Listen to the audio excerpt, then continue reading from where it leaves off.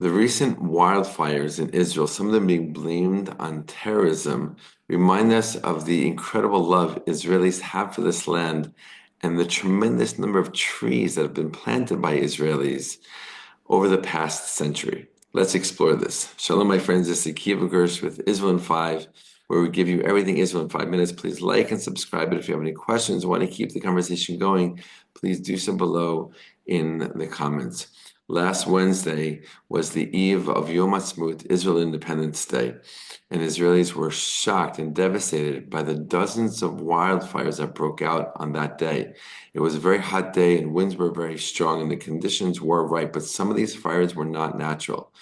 Investigations brought up that some of these fires were set intentionally by terrorists. Many Palestinian Arabs, a handful of them at least, were arrested in East Jerusalem, in the area of East Jerusalem, caught in the act of trying to set fires. On Palestinian social media, there was a call from Hamas and from others to go out and burn Israel down. And for many Israelis, that was very shocking because in this whole conflict of whose land is it anyway, you would think that the other side who's saying it's their land would have a love for this land and would never want to harm this land, would never want to destroy this land, would never want to set fire to this land. But that is exactly what took place. Investigations are still being carried out, but there is a strong, as we say in Hebrew, chashash, a strong concern and a strong feeling that at least some of these fires were intentionally set.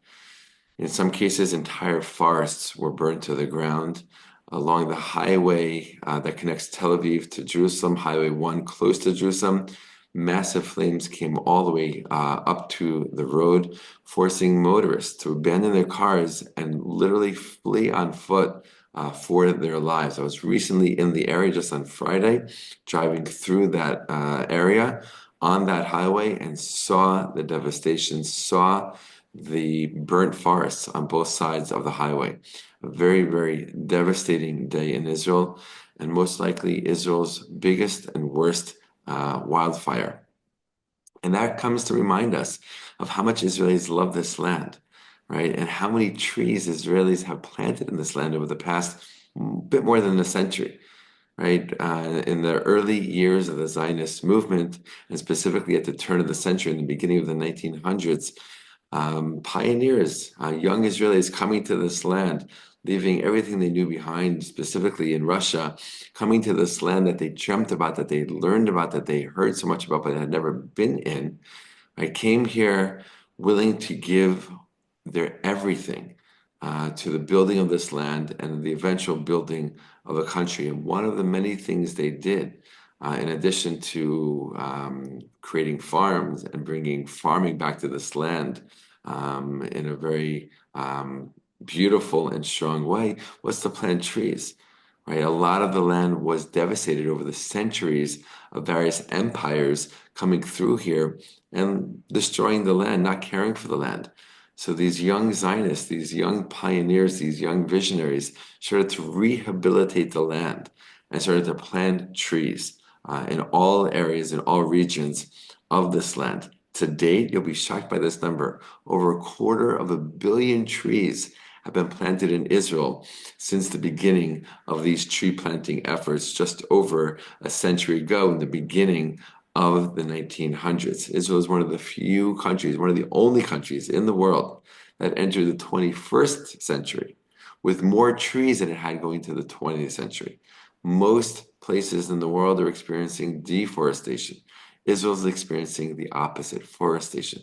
So many forests that people see were planted, right, by the hands of those who love this land.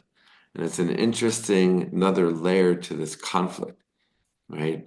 If the ones that are telling us that this land belongs to them, if they are burning down this land, what does that say about who this land really truly belongs to? Right? It's another aspect, another piece of this ongoing and very complicated conflict. But for many Israelis this past week, when they saw some of their favorite places, right, the nature of this land, trees that Israelis planted themselves being burnt to the ground, tens and tens of thousands of trees destroyed, thousands and thousands and thousands of acres destroyed of this land. It's very, very hard, very, very difficult, right? But for many, really showed, right, that that's something we would never do. People who love a place, people who love a land, don't burn down that land. So it's yet another aspect of this ongoing conflict, right?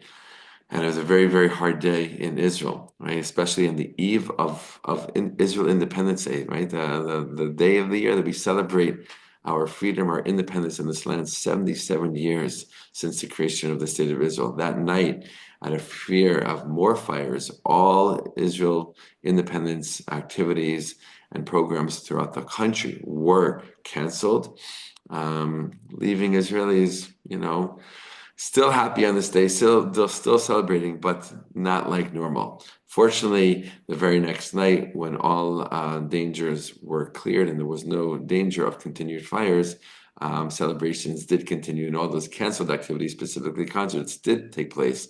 So that was a nice ending to the day. But still, a very, very hard incident, challenging incident here in Israel for Israelis.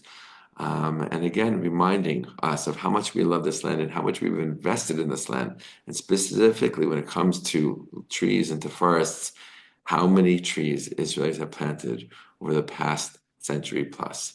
All the best, my friends, and be well.